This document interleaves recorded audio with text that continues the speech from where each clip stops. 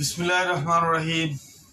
আসলে আমরা আজকে একটি হঠাৎ করে আইসা মানুষ বলে, ভাই আমার ডায়াবেটিসটা একটু মেপে দিন। তো আমরা এই ব্যাপারে একটু কথা বলতে চেষ্টা করবো। সেটা হলো ডায়াবেটিস। তো আমরা জানি যে দুই প্রকার, টাইপ 1, টাইপ 2। এখন এই ফার্মেসিতে এসে যখন আমাদেরকে ডায়াবেটিস স্টিক দিয়ে মাপতে বলে, তখন আমরা রুগীকে জিজ্ঞেস করি যে আপনি কখন খেয়েছেন অথবা খাওয়ার কতক্ষণ পরে আসছেন। তো অনেকে বলেন, না ভাই আমি তো এমনিই মাপতে আসছি। তো আসলে শুধু বিজনেসের জন্যই আমরা হয়তো স্টিক ব্যবহার করি, ডায়াবেটিস মেপে দেই, একটা আনুমানিক পার্সেন্টেজ করি।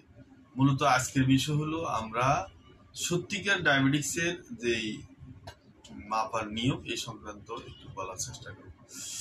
আপনার ডায়াবেটিস হয়ে গেছে, সেখানে ডাক্তাররা পরামর্শ দিচ্ছে যে আপনি কিভাবে এটা মানে ডায়াবেটিসটা নিয়ন্ত্রণ করে আপনি চলবেন। সেই ক্ষেত্রে আপনাকে একটা ফার্মেসিতে গিয়ে আপনি একটা মেশিন দিয়ে এটাকে একটা, যেমন খালি পেটে হইলো সকালে ঘুম থেকে উঠার পরে যে আমরা পানি খেতে পারবো, এই পানি খেয়ে আমরা কোনো নিকটস্থ ফার্মেসিতে গিয়ে আমরা সেটা মেপে দেখতে পারি আমার পয়েন্ট কত। এবং খালি পেটের পয়েন্টটা স্বাভাবিকভাবে যেটুক আছে সেটা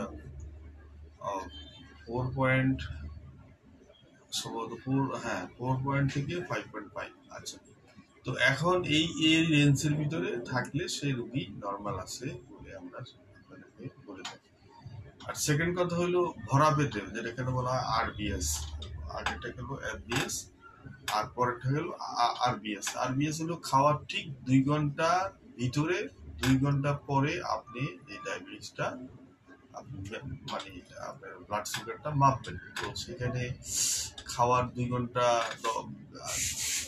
মধ্যে আসতে হবে, কিন্তু অনেকে আছে খাওয়ার 2.5 ঘন্টা পরে আসে অথবা এগুলো আসলে সঠিক পদ্ধতি নয়, কিন্তু আনুমানিক ধারণার জন্য হয়তো দেখা গেছে এগুলো আমরা মেপে থাকি। তো প্রকৃত সত্য কথা হলো, আপনি ডায়াবেটিস রোগী যদি কোনো ডক্টর বা কনসালটেন্টের মাধ্যমে আপনি স্বীকৃতি আপনি পেয়ে যান যে আপনার ডায়াবেটিস হয়ে গেছে, সেক্ষেত্রে ওই ডক্টরটা আপনাকে পরামর্শ দিবে।